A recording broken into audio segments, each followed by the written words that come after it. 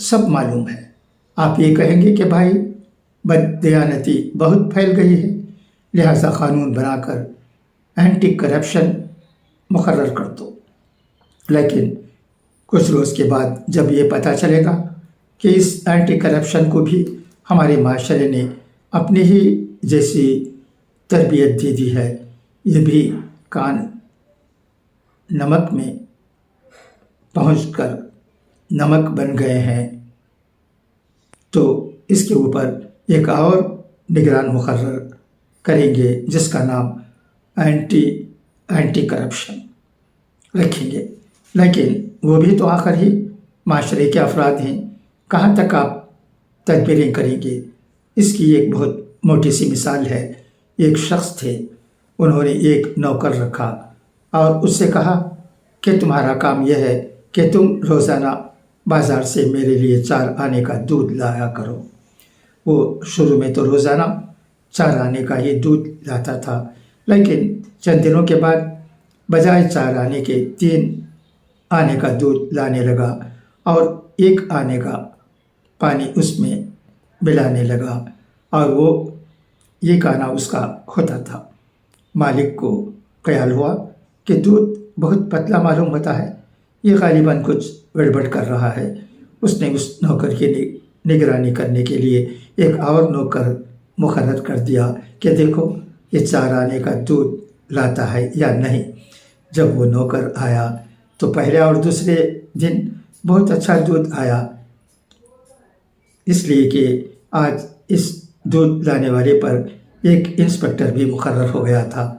تیسرے دن جب دودھ لانے کے لیے دونوں نوکر گئے تو پہلا نوکر نے دوسرے سے کہا کہ میاں، تم کو یہاں کی کچھ خبر ہے؟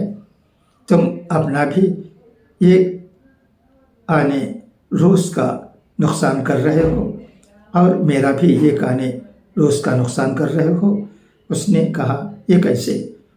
پہلا نوکر نے کہا کہ حضور، جب میں تنہا تھا تو روزانہ 3 آنے کا دودھ لاتا تھا اور 1 آنا میرا ہوتا تھا، اس کے بدلے میں 1 آنے کا پانی ملا دیتا تھا، مگر اب اللہ تعالیٰ نے چونکہ ہمارا کنبہ بڑھا دیا، اب ہم 2 بھائی ہو گئے ہیں، لہٰذا اب 2 آنے کا دودھ آیا کرے گا اور 1 آنا ہمارا اور 1 آنا تمہارا ہوگا، اور اس کے بدلے میں پانی ملا دیا جائے گا۔ اس نے کہا بھائی یہ تو بڑی اچھی بات ہے اور بڑا اچھا نسخہ ہے، مجھے تو اس کی خبر نہیں تھی۔ ٹھیک ہے، آج سے ایسے ہی کر لیں گے۔ لیجیے صاحب، اب 2 آنے کا دودھ آنے لگا اور 2 آنے دونوں بھائیوں میں تقسیم ہونے لگے۔ آقا نے سوچا کہ یہ تو بڑا مشکل معلوم ہوتا ہے، اب تو پہلے سے بھی زیادہ پتلا دودھ آ رہا ہے، اس لیے ان دونوں پر نگرانی کرنے کے لیے ایک اور آدمی مقرر کر دو۔ چنانچہ ایک اور آدمی مقرر کر دیا گیا جو ان کی نگرانی کریں۔ 3-4 روز تک دودھ ٹھیک آیا، پھر ان دونوں نے مل کر اس تیسرے نوکر کو یہ کہا کہ حضور، آپ کو معلوم نہیں ہے، ایک خزانے کی خبر آپ کو ہم دیتے ہیں، آپ بھی اپنا 1 آنا روز کا نقصان کر رہے ہیں اور ہم دونوں بھائیوں کا بھی نقصان کر رہے ہیں۔ اور باقی تفصیل سنائی تو اس تیسرے نے بھی کہا کہ میں بھی تمہارے ساتھ ہوں۔ اب خدا کی قدرت دیکھیے کہ وہ 4 آنے والا دودھ اب 1 آنے کا آنے لگا اور 3 آنے پانی کا ملایا جائے گا۔ یہ ہے وہ اینٹی کرپشن یا اینٹی کرپشن جس کے ذریعے تم بددیانتی کا علاج کرنا چاہتے ہو، لیکن کامیاب نہیں ہو سکتے، اس لیے کہ جس بندے کے دل میں خدا کا خوف نہیں ہو، جو خدا کی طاقت اور اس کے عذاب سے نہیں ڈرتا ہو، اور جو خدا کے سامنے منہ دکھانے سے نہیں گھبراتا ہو، اس کو انسانوں کی کیا فکر ہو سکتی ہے اور اس کو انسانوں سے کیا شرم ہو سکتی ہے۔ اس لیے اگر تم انسانوں کو دیانتدار بنانا چاہتے ہو تو سب سے پہلے ان کو خدا کے معاملے میں دیانتدار بناؤ اور اس کے اندر یہ تصور پیدا کرو کہ اللہ کے یہاں تجھ کو منہ دکھانا ہے، اس کے پاس حساب و کتاب دینا ہے، اور یہی تصور آپ صلی اللہ علیہ وسلم نے دنیا کے انسانوں میں پیدا کیا۔ جب ایک آدمی خدا کے معاملے میں دیانت دار ہو جائے گا تو دنیا کے انسانوں کے معاملے میں آپ کو اس کے خلاف کسی اینٹی کرپشن یا کسی اینٹی کرپشن کی کوئی ضرورت نہیں پڑے گی۔ جلوت میں بھی وہ وہی کرے گا اور خلوت میں بھی وہی کرے گا، غربت کے ساتھ بھی وہی کرے گا اور امیر کے ساتھ بھی، غریب کے ساتھ بھی وہی کرے گا اور امیر کے ساتھ بھی وہی کرے گا۔ یہ وہ تعلیمات تھی جو حضور اکرم صلی اللہ علیہ وسلم نے دنیا کے انسانوں کو دی۔ بس میں ایک بات عرض کر کے ختم کرتا ہوں، غور سے سن لیجئے کہ انسانیت کا جو یہ جوہر ہے اس کی خوبی کیا ہے۔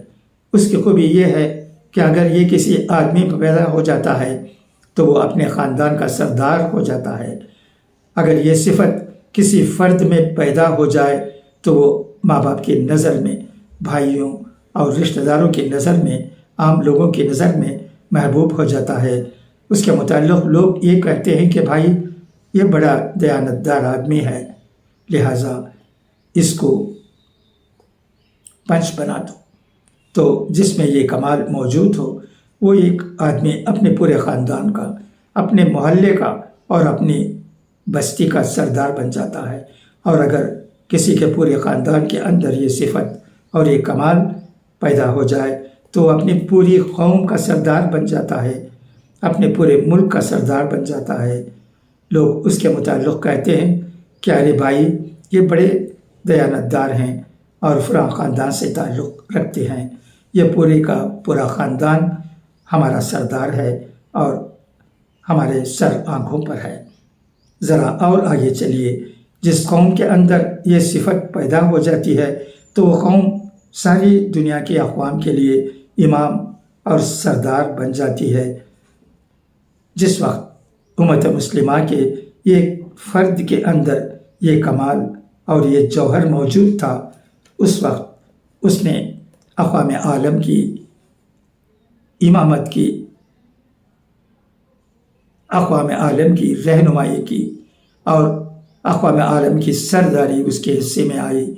دنیا کی کوئی قوم ایسی نہ تھی جو اس سے آنکھ ملا سکتی، اس لیے کہ امت کے ہر فرد کو امانت و دیانت کی تعلیم دی گئی تھی اور انہوں نے اس کو قبول بھی کیا تھا۔